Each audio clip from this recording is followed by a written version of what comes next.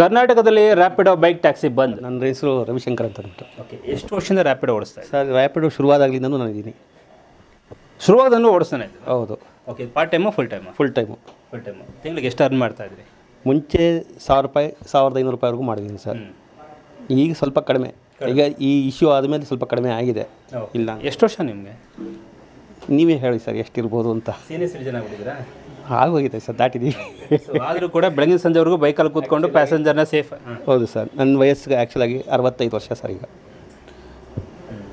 ಆದರೂ ಮಾಡ್ತಾಯಿದ್ದೀನಿ. ಇದುವರೆಗೂ ಜೀವನ ಕಟ್ಕೊಟ್ಟಿದ್ಯಾ ಇದು? ಖಂಡಿತ ಸರ್. ನನಗೆ ಕೆಲಸ ಇಲ್ಲ ಅಂದಾಗ ಒಂದು ಅಡ್ವರ್ಟೈಸ್ಮೆಂಟ್ ನೋಡಿ ನಾನು ಈ ಕಂಪ್ನಿಗೆ ಬಂದೆ. ಆ ಕಂಪ್ನಿಯವರು ವಯಸ್ಸು ನೋಡಲಿಲ್ಲ, ಮಾಡಿ ನೀವು ಆಗತ್ತೆ ಅಂತಂದರು. ಅವತ್ತು ಶುರು ಮಾಡಿದ್ದು ಸರ್. ಇವತ್ತುವರೆಗೂ ನನಗೆ ಯಾವುದೇ ರೀತಿ ತೊಂದರೆ ಕೊಟ್ಟಿಲ್ಲ ಸರ್. ಕಂಪ್ನಿ ಆಗಲಿ ಅಥವಾ ಕಸ್ಟಮರ್ಸೇ ತೊಗೊಂಡ್ರು ಯಾರು ನನಗೆ ಕಷ್ಟ ಕೊಟ್ಟಿಲ್ಲ. ಕಸ್ಟಮರ್ಸ್ ಭಾಳ ಇದು ಮಾಡಿದ್ದಾರೆ ನಮಗೆ. ನಿಮ್ಮಂಥವರು ಈ ಕಂಪ್ನಿಲಿ ಇರಬೇಕು, ನೀವು ಮಾಡಬೇಕು, ನಿಮ್ಮ ಕಂಪ್ನಿ ಚೆನ್ನಾಗಿದೆ, ರೆಸ್ಪಾನ್ಸ್ ಚೆನ್ನಾಗಿ ಮಾಡ್ತಾಯಿದ್ದಾರೆ, ನೀವು ಚೆನ್ನಾಗಿ ಇದು ಮಾಡ್ತಾಯಿದ್ದೀರಾ, ಮಾಡಿ ಅಂತಂದ್ಬಿಟ್ಟು ಎಷ್ಟೋ ಜನ ನನಗೆ ಸಪೋರ್ಟ್ ಮಾಡಿದ್ದಾರೆ.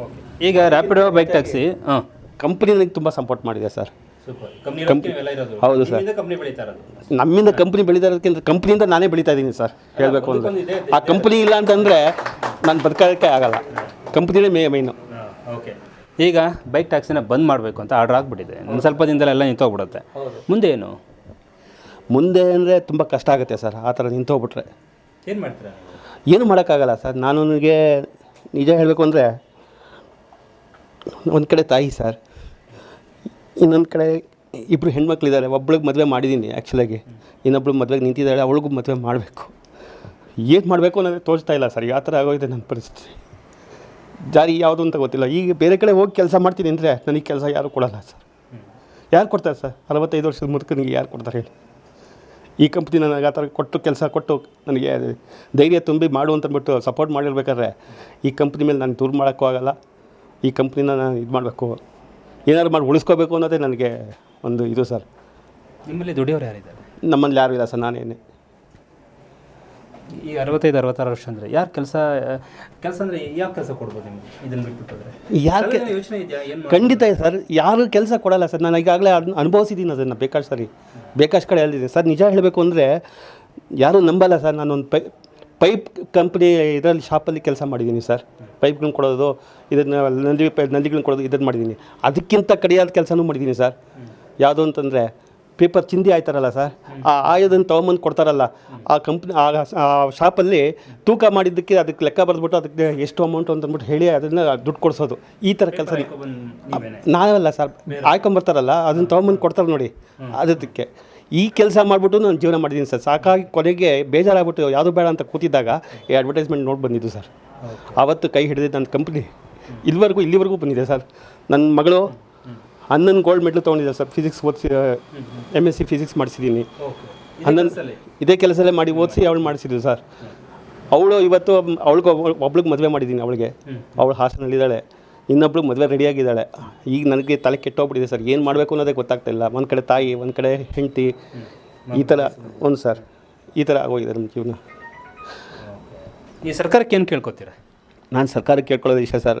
ರಾಮಲಿಂಗಾರೆಡ್ಡಿ ಅವ್ರಿಗೆ ಆಗಲಿ, ನಮ್ಮ ಚೀಫ್ ಮಿನಿಸ್ಟ್ರು ಸಿದ್ದರಾಮಯ್ಯನವರೇ ಆಗಲಿ, ದಯವಿಟ್ಟು ಕೇಳ್ಕೊಳ್ಳೋದು ಇಷ್ಟೇ. ರ್ಯಾಪಿಡೋ ಕಂಪ್ನಿನ ಮುಚ್ಚಬೇಡಿ, ರ್ಯಾಪಿಡೋ ಬೈಕ್ ಟ್ಯಾಕ್ಸಿನ ಯಾವುದೇ ಕಾರಣಕ್ಕೂ ಮುಚ್ಚಬೇಡಿ. ಸುಮಾರು 2 ಲಕ್ಷ ಜನ ರ್ಯಾಪಿಡೋ ಓಡಿಸೋರು ಇದ್ದಾರೆ. ಅವ್ರ ಹೊಟ್ಟೆ ಮೇಲೆಲ್ಲ ಹೊಡಿಬೇಡಿ. ಅವರೆಲ್ಲರೂ ಜೀವನ ಮಾಡಬೇಕು. ಅವ್ರನ್ನ ನಂಬ್ಕೊಂಡು ಬೇಕಾಷ್ಟು ಜನ ಇದ್ದಾರೆ. ಸುಮಾರು ಅವರೇ ಒಂದು 5-6 ಲಕ್ಷ ಜನ ಆಗೋಗ್ತಾರೆ. ಆ ಥರ ಲೆಕ್ಕ ಹಾಕಿದ್ರೆ ಅವರೆಲ್ಲ ಏನು ಮಾಡಬೇಕಾಗತ್ತೆ? ನನ್ನಂತೆ ಎಷ್ಟು ಜನ ಇದ್ದಾರೋ, ನನಗಿಂತ ಎಷ್ಟು ಕೀಳಾಗಿದ್ದಾರೋ ಗೊತ್ತಿಲ್ಲ. ದಯವಿಟ್ಟು ಮುಚ್ಚಬೇಡಿ, ಅದನ್ನು ಕಾಪಾಡಿ, ಅದನ್ನು ಬೆಳೆಸಿ, ನೀವು ಚೆನ್ನಾಗಿರಿ ಅಂತಂದ್ಬಿಟ್ಟು ನಾನು ಅವ್ರನ್ನ ಕೇಳ್ಕೊತೀನಿ. ರ್ಯಾಪಿಡೋ ಕಂಪ್ನಿನ ಮುಚ್ಚೋದಕ್ಕೆ ದಯವಿಟ್ಟು ಅವಕಾಶ ಮಾಡಿಕೊಡ್ಬೇಡಿ ಅಂತ ಹೇಳ್ಕೊತೀನಿ ಸರ್. ಇಷ್ಟು ವರ್ಷ ರ್ಯಾಪಿಡೋ ಕಂಪ್ನಿನ ಓಡಿಸ್ಕೊಂಡು ಬರ್ತಾ ಇದ್ರಿ. ಈಗ 5,000 ರೂಪಾಯಿನ ಗ್ಯಾರಂಟಿನ 5,000 ರೂಪಾಯಿ ಕೊಡ್ತಾ ಇದ್ದಾರೆ. ನಿಮ್ಗೆ ಯಾವ್ದು ಬೆಟ್ರ್ ಆಗುತ್ತೆ? ನಿಮಗೆ ರ್ಯಾಪಿಡೋ ಬೆಟ್ರ್, 5 ಗ್ಯಾರಂಟಿ ಕೊಡ್ತಾ ಇದ್ದಲ್ಲ ಅದು ಬೆಟ್ರ್ ಅನ್ಸುತ್ತೆ? ನನಗೆ ದುಡ್ಡು ತಿನ್ನೋದೇ ಬೆಟ್ರು ಸರ್. ಯಾಕೆಂದರೆ ನಾವು ಒಂದಷ್ಟು ಸರ್ಕಾರದವ್ರು ಹೇಳ್ತಾ ಇದ್ರು, ನಾವು 5,000 ರೂಪಾಯಿ ಅಷ್ಟು ನಾವು ಫ್ರೀ ಗ್ಯಾರಂಟಿ ಕೊಡ್ತಾ ಇದ್ದೀವಿ, ತುಂಬ ಸಿಕ್ಕಾಬಿಟ್ಟೆ ಸುಭಿಕ್ಷೆ ಆಗಿಬಿಟ್ಟಿದ್ದಾರೆ ಅಂತ. ಆದರೆ ನೀವು ದುಡಿಯೋದು ಎಷ್ಟು? ಖಂಡಿತ ಇಲ್ಲ ಸರ್, ನಮ್ಗೆ ಅದು ಬೇಕಿಲ್ಲ ಸರ್. ಆ ಥರ ಇದು ಬೇಡ ನಮಗೆ. ನಾವು ದುಡ್ಡು ತಿನ್ನೋದೇ ಬೇಡ ಸರ್ ನಮಗೆ. ವಾಪಸ್ ತಗೊಳ್ಬೇಕು, ನಾನೇ ಕೊಟ್ಬಿಡ್ತೀನಿ. ಹೌದು ಸರ್, ಕಾನೂನು ಮಾಡಿಕೊಡಿ, ನಾವು ರ್ಯಾಪಿಡೋ ಓಡಿಸ್ತೀವಿ ಸರ್. ಖಂಡಿತ ಸರ್, ಅದು ಹೌದು. ನಮಗೆ ರ್ಯಾಪಿಡ್ ಇದು ಯಾವುದೇ ಇದು ಬೇಡ, ನಮಗೆ ಆಶ್ವಾಸನೆಗಳು ಬೇಡ. ನನಗೆ ಇದು ರ್ಯಾಪಿಡೋ ಒಂದು ಬೈಕ್ ಮಾತ್ರ ಆಶ್ವಾಸನೆ ಕೊಡಿ ಸಾಕು ಓಡಿಸೋದಕ್ಕೆ, ಇನ್ನೇನು ಬೇಡ ಸರ್. ಆ ಗ್ಯಾರಂಟಿಗಿಂತ ನೀವು ರ್ಯಾಪಿಡೋ ತುಂಬ ಚೆನ್ನಾಗಿದೆ ಅಂತ ನೀವು ಹೇಳ್ತೀವಿ ಅಲ್ವಾ? ಬಟ್ ಲೀಗಲಾಗಿ ಬಂದರೆ ಓಕೆ. ಹಾಂ, ಇದನ್ನು ಇಲ್ಲೀಗಲ್ ಅಂತೆಲ್ಲ ಮಾತಾಡಿದ್ರಲ್ಲ, ನಾನು ಕೂಡ ಅದು ಮಾತಾಡಿದ್ದೆ ಇಲ್ಲೀಗಲ್ ಅಂತ ನಾನು ಹೇಳಿದ್ದೆ ಅದನ್ನು. ಬಟ್ ಲೀಗಲಾಗಿ ಬಂದರೆ ಎಲ್ಲೋ ಬೋರ್ಡ್ ಕೊಟ್ಟರು ನಮಗೆ ಸಂತೋಷನೇ ಸರ್, ನಾವೇನು ಬೇಡ ಅಂತ ಹೇಳೋದಿಲ್ಲ. ಒಟ್ಟಿನಲ್ಲಿ ನಮಗೆ ಎಲ್ಲ ನಾವು ಅದನ್ನೇ ನಂಬ್ಕೊಂಡಿರೋಂಥ ಬೈಕ್ ಟ್ಯಾಕ್ಸಿ ಕ್ಯಾಪ್ಟನ್ಸ್ಗೆ ಅನುಕೂಲ ಆಗಬೇಕು ಅನ್ನೋದೇ ನನ್ನ ಒಂದು ಉದ್ದೇಶ ಸರ್. ಬೆಳಗ್ಗೆ ಎಷ್ಟು ಗಂಟೆಯಿಂದ ಎಷ್ಟು ಗಂಟೆವರೆಗೂ ನೀವು ಕೆಲಸ ಮಾಡ್ತೀರಿ ಸರ್? ನಾನು ಬೆಳಗ್ಗೆ 7 ಗಂಟೆಗೆ ಶುರು ಮಾಡಿದ್ರೆ 1:30ವರೆಗೂ ಮಾಡ್ತೀನಿ ಸರ್. 1:30 2 ಗಂಟೆ, ಮತ್ತೆ 4 ಗಂಟೆ ಮೇಲೆ ಶುರು ಮಾಡಿದ್ರೆ 8:30 9 ಗಂಟೆ ಕ್ಲೋಸ್ ಮಾಡ್ತೀನಿ ಸರ್. Okay, fine. ನಿಮ್ಮ ಹೆಸರೇನು ಸರ್? ಬಸವರಾಜು ಅಂತ. ರ್ಯಾಪಿಡೋ ಸ್ಟಾಪ್ ಮಾಡ್ತಿದ್ರೆ ಕರ್ನಾಟಕದಲ್ಲಿ, ಬೇಕಾ ಬೇಡವಾ? ಬೇಕೇ ಸರ್, ಖಂಡಿತ ಬೇಕು. ಯಾಕೆ? ಈಗ ಅವರೇನೋ ಹಿರಿಯರು, ಸೊ ಅವ್ರಿಗೆ ನನಗೆ ಎಲ್ಲೂ ಕೆಲಸ ಇಲ್ಲ, ಸೆಕ್ಯೂರಿಟಿ ಬಿಟ್ಟರೆ ಯಾವ ಕೆಲಸನೂ ಕೊಡಲ್ಲ ಅವರಿಗೆ. ನೀವು ಯುವಕರು ಬೇರೆ ಯಾವ್ದಾದ್ರು ಉದ್ಯೋಗ ನೋಡ್ಕೊಳ್ಬೋದು ಸರ್. ಯಾಕೆ ಬೇಕು ಸರ್? ಇನ್ಫೋಸಿಸ್ ಆಪೋಸಿಟ್ L&T ಅಂತ ಇದೆ, 7 ವರ್ಷ ವರ್ಕ್ ಮಾಡಿದೆ ಅಲ್ಲಿ. ಪರ್ಮನೆಂಟ್ ಕೊಡ್ತೀನಿ ಅಂತ ಕಾಂಟ್ರಾಕ್ಟ್ ಬೇಸಿಸಲ್ಲಿ ಮಾಡಿಸಿದ್ರು. ಲಾಸ್ಟ್ 6 ಮಂತಲ್ಲಿ ಕೆಲಸದಿಂದ ತೆಗೆದಾಕಿದ್ರು ಸರ್. ನಾನು ಆ್ಯಕ್ಚುಲಿ 6 ಇಯರ್ಸಿಂದ ಪಾರ್ಟ್ ಟೈಮ್ ಜಾಬ್ ಮಾಡ್ತಿದ್ದೆ. ಲಾಸ್ಟ್ 6 ಮಂತಿಂದ ಫುಲ್ ಡ್ಯೂಟಿ ಇದನ್ನೇ ಮಾಡ್ತಾಯಿದ್ದೀನಿ ಸರ್. ಇದು ಒಳ್ಳೆ ಪ್ಲ್ಯಾಟ್ಫಾರ್ಮ್ ಸರ್, ನಮಗೆ ಬೇಕೇ. ಇನ್ನು ಬೇರೆ ಕಡೆ ಎಲ್ಲಾದ್ರೂ ಹೋಗಿ ಕೆಲಸಕ್ಕೆ ಸೇರ್ಕೊಳ್ಳೋಣ ಅಂತಂದರೆ ಸೇಮ್ ಅಲ್ಲ, ಫುಲ್ ಟೈಮ್ ಮಾಡ್ತಾಯಿದ್ದೀನಿ ಸರ್. ದಿನಕ್ಕೆ ತಿಂಗಳಿಗೆ ಎಷ್ಟಾಗುತ್ತೆ ಸರ್? ತಿಂಗಳಿಗೆ ಅಲ್ಲಿ 15,000 ಕೊಡ್ತಾಯಿದ್ರು ಸ್ಯಾಲ್ರಿ ಸರ್. ಇಲ್ಲಿ 30,000 ಮಾಡ್ತೀನಿ ಸರ್, ಖರ್ಚೆಲ್ಲ ಕಳೆದು. ಸರ್, ಒಂದು ಮಾತು ಹೇಳೋಕ್ಕೆ ಇಷ್ಟಪಡ್ತೀನಿ, ಹೆಣ್ಮಕ್ಳಿಗೆ ಸೇಫ್ಟಿ ಇಲ್ಲ ಅಂತ ಹೇಳ್ತಾರೆ. ಲಾಸ್ಟ್ 1 ಇಯರಲ್ಲಿ ಸರ್ ನನಗೆ ಎಕ್ಸ್ಪೀರಿಯೆನ್ಸ್ ಆಗಿದ್ದು, ನೈಟು 11:30 ಸಿಟಿ ಬಸ್ ಸ್ಟ್ಯಾಂಡಲ್ಲಿ ಒಂದು ಹುಡುಗಿ ಇತ್ತು. ಆ ಹುಡುಗಿಗೆ ನೈಟಲ್ಲಿ ಬೈಕ್ ಇಲ್ಲ. ನಾನು ವಿವೇಕಾನಂದ ಸರ್ಕಲ್ ಹತ್ರ ಇದ್ದೆ 11:30. ಆ ಹುಡುಗಿ ಏನು ಮಾಡಿದ್ದಾರೆ, ಅಪೋಲೋ ಹಾಸ್ಪಿಟ್ಲು ಲೊಕೇಶನ್ ಕೊಟ್ಬಿಟ್ಟು ಬುಕ್ಕಿಂಗ್ ಮಾಡಿದ್ದಾರೆ. ನಾನು ಕೇಳಿದೆ, ಮೇಡಮ್ ಎಲ್ಲಿದ್ದಾರೆ ಅಂತಂದರು. ಸರ್ ಹಿಂಗೆ ಲೇಟ್ ಆಗ್ಬಿಟ್ಟಿದೆ ಸರ್, ಆಟೋದಾಗ ಕೇಳಿದ್ರೆ 1000 ಕೇಳ್ತಾ ಇದ್ದಾರೆ, ದಯವಿಟ್ಟು ಬಂದು ಪಿಕಪ್ ಮಾಡಿ ಸರ್, ನಾನು ಸಿಟಿ ಬಸ್ ಸ್ಟ್ಯಾಂಡಲ್ಲಿ ಇದ್ದೀನಿ ಅಂತಂದರು.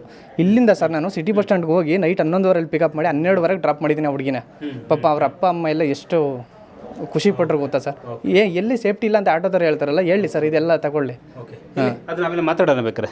ಈಗ ಕಾನೂನು ಮುಖಾಂತರ ಏನಾದ್ರು ಬಂತು ಅಂದರೆ, ಮತ್ತೆ ರ್ಯಾಪಿಡೋ ಕಂಪ್ನಿ ಅಂತ ಹೊಸ್ದಾಗಿ ಬಂತು ಅಂದರೆ, ಸೊ ಕೆಲಸ ಮಾಡ್ತೀರಿ ಸರ್? ಓಕೆ ಸರ್, ನಮಗೆ ಎಲ್ಲೋ ಬೋರ್ಡ್ ಯಾವುದೇ ಕಂಡೀಷನ್ ಕೊಟ್ಟರು ನಾವು ತಗೊಳಕ್ಕೆ ರೆಡಿ ಇದ್ದೀವಿ ಸರ್. ಏನಕ್ಕಂತಂದರೆ ಒಳ್ಳೆ ಪ್ಲಾಟ್ಫಾರ್ಮು, ಅದರಲ್ಲೂ ನಮ್ಮ ಕಂಪ್ನಿಗೆ ನಾವು ಧನ್ಯವಾದ ಹೇಳ್ಬೇಕು ಸರ್.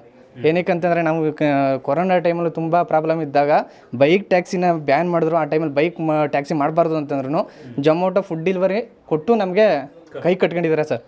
ಅದಕ್ಕೆ ನಾವು ಅಪ್ರಿಷಿಯೇಟ್ ಮಾಡಲೇಬೇಕು ಸರ್. ಇದರಿಂದ ನಾನು ಇಲ್ಲಿ ಕೆಲಸ ಮಾಡ್ತಾಯಿದ್ದೀನಿ. ನಾನು ಫುಲ್ ಟೈಮ್ ಕೆಲಸ ಮಾಡ್ತೀನಿ ಸರ್. ಇದರಿಂದ ನಮ್ಮ ಫ್ಯಾಮಿಲಿ, ನಾವು ನಮ್ಮ ಮಕ್ಕಳು ಎಜುಕೇಷನ್ಗೆ ತುಂಬ ಅನುಕೂಲ ಆಗೈತೆ. ಈಗ ಸಡನ್ನಾಗಿ ನಿಲ್ಲಿಸ್ಬಿಟ್ರೆ ಸರ್ಕಾರ, ನಾವು ಎಲ್ಲಿ ಹೋಗ್ಬೇಕು ಸರ್? ನಾವು ಏನು ಮಾಡ್ಬೇಕು ಸರ್? ನಾವೇನು ಮಾಡ್ಬೇಕು ಹೇಳಿ? ಹಾಂ, ನಮ್ಗೆ ಎಷ್ಟು ತೊಂದರೆ ಆಗುತ್ತೆ. ನಮ್ಗೆ ಏಜ್ ಆಯಿತು, ಎಲ್ಲೂ ಕೆಲಸ ಕೊಡೋಲ್ಲ. ನಮಗೆ ಅನ್ಎಂಪ್ಲಾಯ್ ಆದರೆ ನಾವು ಜೀವನದಲ್ಲಿ ಯಾವ ಥರ ಏನು ಮಾಡಬೇಕು ಸರ್? ನಮ್ಮ ಮಕ್ಕಳು ಮತ್ತು ನಮ್ಮ ಮಕ್ಕಳ ಎಜುಕೇಷನು, ನಮ್ಮ ಫ್ಯಾಮಿಲಿ ಬಾಡಿಗೆ ಕಟ್ಟಬೇಕು. ತಿಂಗಳಾಯಿತು ಅಂದರೆ ಬಾಡಿಗೆ ಕಟ್ಟಬೇಕು. ನಾವು ಬಾಡಿಗೆಲಿ ಇರೋದು ಸರ್. ತಿಂಗಳಿಗೆ ನಾವು ಡೈಲಿ 1,000 ರೂಪಾಯಿ ಮಾಡ್ತಿದ್ವಿ ಸರ್. 30,000 ರೂಪಾಯಿ ಸಂಪಾದನೆ, 25,000 ರೂಪಾಯಲ್ಲಿ ನಾನು ಮೇಂಟೈನ್ ಮಾಡ್ಕೊಂಡು ಹೆಂಗೆ ಮಾಡ್ತಿದ್ವಿ.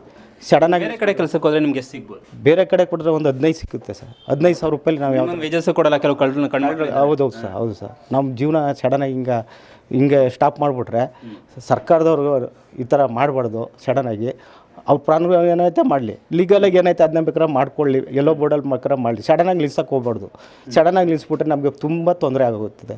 ಊಟ ಬಟ್ಟೆ ಬಾಡಿಗೆ ಕಟ್ಟಕ್ಕೆ ತೊಂದರೆ ಆಗ್ಬಿಟ್ರೆ, ನಮ್ಮ ಜೀವನಾಂಶಕ್ಕೆ ತೊಂದರೆ ಆಗ್ಬಿಟ್ರೆ ನಮ್ಮ ಜೀವನ ಫುಲ್ ಕಷ್ಟ ಕಲ್ಕ ಇದಾಗುತ್ತೆ ಸರ್.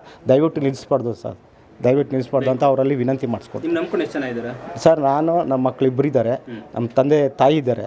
ನಮ್ಮ ತಾಯಿಗೂ ಹುಷಾರಿಲ್ಲ, ಅವರು ಹಾಸ್ಪಿಟ್ಲಿಗೆಲ್ಲ ತೋರಿಸ್ಬೇಕು. ಇದರಲ್ಲೇ ನಾವು ಔಷಧಿ ಎಲ್ಲ ಕೊಡಿಸ್ಬೇಕು. ಅವರು ಶುಗರ್ ಪೇಷೆಂಟು, ಅವ್ರಿಗೆ 3,000 ರೂಪಾಯಿ ಬೇಕು ಟ್ಯಾಬ್ಲೆಟ್ಸ್ಗೆ.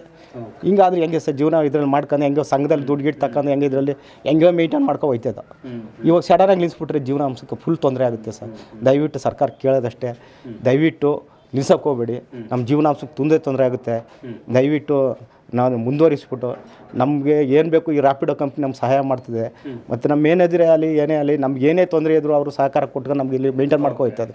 ದಯವಿಟ್ಟು ನಿಲ್ಸಕ್ಕೆ ಹೋಗ್ಬಿಡಿ ಅಂತ ನಾನು ಇವ್ರಿಗೆ ಕಳಕಳಿ ಮಾಡಿ. ಈಗ ನಿಮಗೆ ಗ್ಯಾರಂಟಿ ತುಂಬ ಮುಖ್ಯ ಇದೆಯಾ? ರ್ಯಾಪಿಡೋ ನೀವು ನಿಮ್ಮ ರ್ಯಾಪಿಡೋ ಓಡಿಸಿ ನೀವೇ ದುಡ್ಡು ಸಂಪಾದನೆ ಮಾಡ್ಕೋದು ಮುಖ್ಯನಾ, ಇಲ್ಲ ಗ್ಯಾರಂಟಿ ಮುಖ್ಯನಾ ನಿಮಗೆ? ಸರ್, ನಮ್ಗೆ ನಾವೇ ಸಂಪಾದನೆ ಮಾಡಿ ನಮ್ಗೆ ಗ್ಯಾರಂಟಿ ಮುಖ್ಯ ಅಲ್ಲ ಸರ್.